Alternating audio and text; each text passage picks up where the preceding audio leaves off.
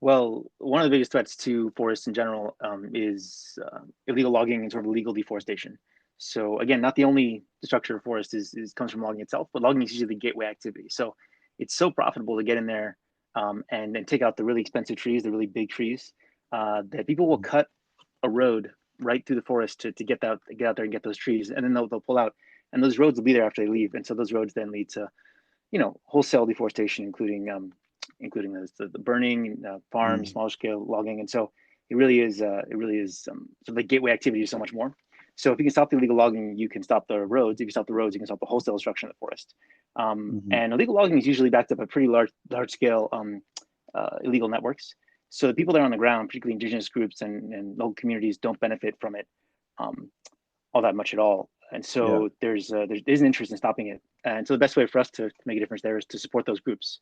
Um, and that usually takes the form of technology. It also takes the form of us helping them organize themselves and also give support from a distance and give attention to what they're doing. But yeah, I mean, Mm. you have these groups out in the middle of the forest. They have the will, and a lot of times they need to know that other people in the world are doing it.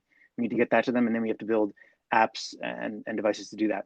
So our core technology listens to the sounds of the forest at all times, Hmm. captures the sounds of threats like chainsaws and logging trucks, gunshots, things like that, streams it to the cloud where we are able to pick out those threats and then local people on the ground about what's happening. And we build apps and all sorts of things to support their specific work in responding to it, um, which is very dangerous for Mm. them. So the best way for us to protect forests, the best way for us to fight climate change is to support local groups. Absolutely, because the intact forests are the crown jewels, aren't they, of Indeed. global climate change? So Yeah, you there's really are action on, how I look at it. You're really doing something. thank you. I So mean, like many, what sorry. so many times people are making policies, legislations, but you're actually action on the front line. That's amazing. Well, I mean, the people really on the front lines are the ones on the ground, these local groups, and for them to know the rest of us care and that we can build tools specifically for them. I mean, imagine you're, indigenous ranger out in the woods. You have a phone because everyone in the world has a phone now, Hmm. and realizing that someone is supporting you and giving you access to an app built specifically for their work, it actually makes it really makes a difference in their minds, knowing that they're supported in that way, um, and help them strategize. But you talked about policy and things like that. There's so many great voices out there who are pointing out the fact that there is no path to slowing down climate change apart from other ecological disasters without keeping intact forests. You can talk Yeah, about regrowing trees, you can talk about all those sorts of things, but we have to keep the intact forests because there's so much stored up in there. Second largest contributor to climate change is deforestation, so we absolutely. have to slow it down. It's because it's also so interesting for me because one of the things Bird Ranger does is we build up a Mm-hmm. network of guides and rangers. So effectively, they can be deployed too if they're in the right Yeah, area for your absolutely. technology. That's the things we people assume that we're always working with police, and we have some government, police and military partnerships, but it's mostly with local groups, and that's Hmm. not always indigenous tribes, or sometimes it's NGOs, sometimes it's local communities, sometimes it's just people who know about it, uh, ones like your community who would actually get out there. And there's some places where you're going up against logging trucks with weapons and all the Yeah, rest, sure. but in most cases, just showing up makes the hugest difference because nobody wants to be confronted, and so that can be a Yeah. very protective force in many parts of the world. And you obviously do the training for the local You do the guides and training. rangers. You do the Yeah. training for them. Oh, that's amazing. What's that like? No, I mean your Oh, yes. Rainforest Connection sets up the Yes. training for them to be able to utilize the technology, right? Absolutely, indeed. So yeah, we everything we do is usually a direct partnership. So someone will propose a project to us, we'll get to know them, we'll figure out how to do it, and then we'll train them either in person or from a distance.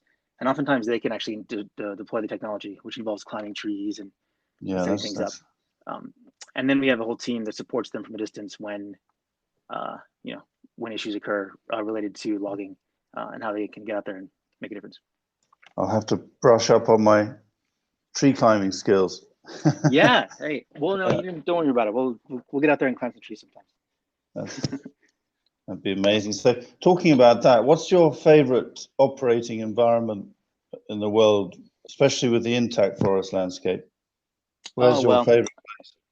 Yeah, I mean, so there's some loaded terms there because we operate so many places that I don't want to choose favorites, but I'll try. And Mhm. intact forest again is such a term because is that primary forest or the rest? So in our case, we usually get to work in forests that are somewhat degraded on the outskirts, areas that are off like buffer zones or areas Mhm. that are already under threat.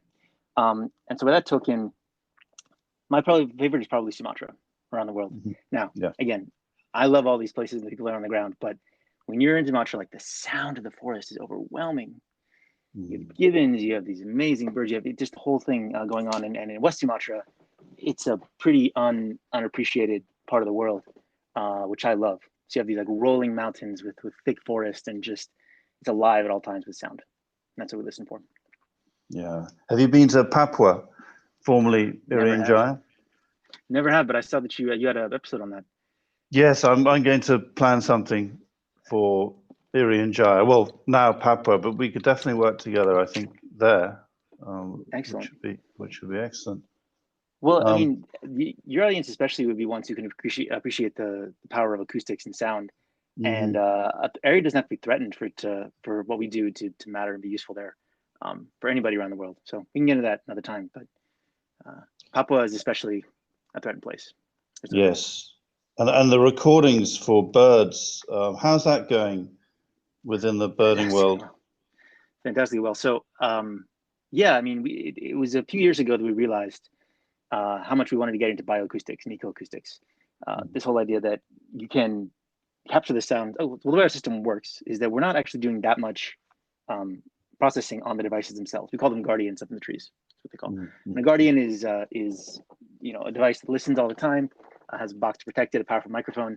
We put them in the tops of trees. They have solar panels, so they can last for years and stay powered and keep operating. And sometimes they do processing on the device, but most of the time they take the audio and they stream it in real time up to the cloud, and that's where we do the processing for all sorts of things. And because we were doing that, of course we can catch threats, chainsaws, gunshots, but everything else is being captured too, which is archive, is mounting